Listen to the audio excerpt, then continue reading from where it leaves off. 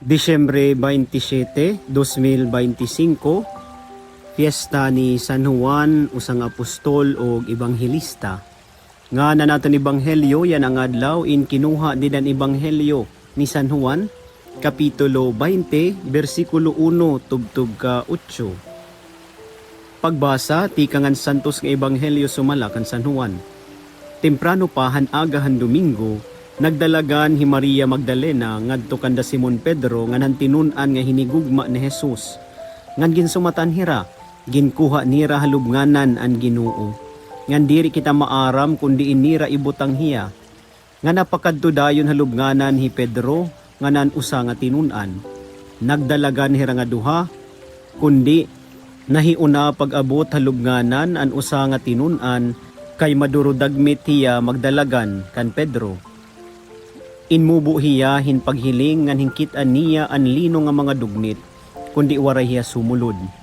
Inabuti Simon Pedro nga sinunod iya, ngan sinulod dayon halubnganan. Hingkit-an niya didto an lino nga mga dugnit, diri natampuhan lino nga mga dugnit an panyo nga ginputos sa ulo ni Jesus, kundi bulag nga nalulukot hapilyo. Ngan sinulod liwat ang tinunan nga una makaabot halubnganan, nakakita hiya ngan Tinoo. An ebanghelyo han Ginoo. Pagdayawon ka, Kristo.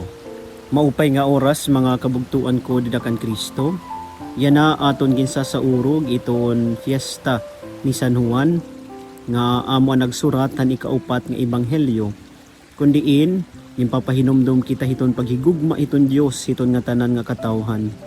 San Juan usa nga saksi han mga urusahon nga ginbuhat han aton Ginoo Kristo.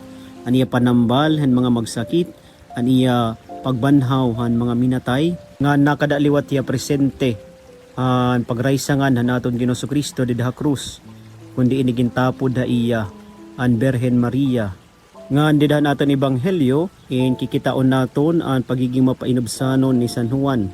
Una hiya umabot ngadto han lubnganan, pero waray anay hiya sulod kay pinauna niya hi Simon Pedro. Nahiuna hiya magdalagan kan Simon Pedro, nga nahiuna liwat hiya pagtuo han nabanhaw nga Kristo. Iyan na iton ayat ha aton mga kabugtuan nga hikita maging mga bag-o nga mga apostoles iton yan ang panganahon o modern day apostles. Nga niton apostoles tikang hiton pulong nga apostoloy nga karagsidngon ginpadara mo mga binunyagan nga mga Kristiyano.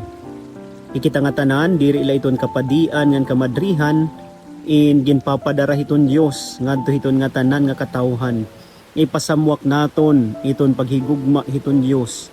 Ipaangbit naton iton iya kaluoy ngadto hiton iba nga tawo. Ngan iton ikaduha nga ayat ha aton ngan pahinumdum aton nga magkamay-ada naton mas hilarom nga relasyon hiton aton Ginoo Kristo.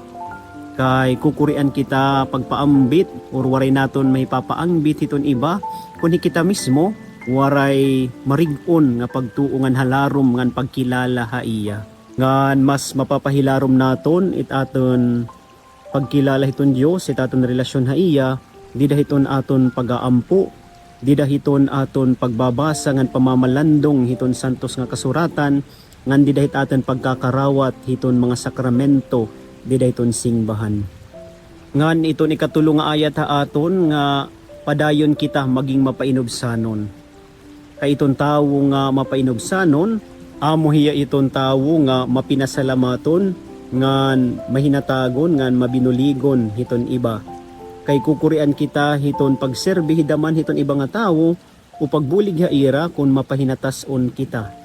Yan ang panahon hiton Pasko, ginpapahinumdum ha aton nga iton pagiging labaw hiton nga tanan, kikitaon dida hiton pagserbi hiton iba nga tao.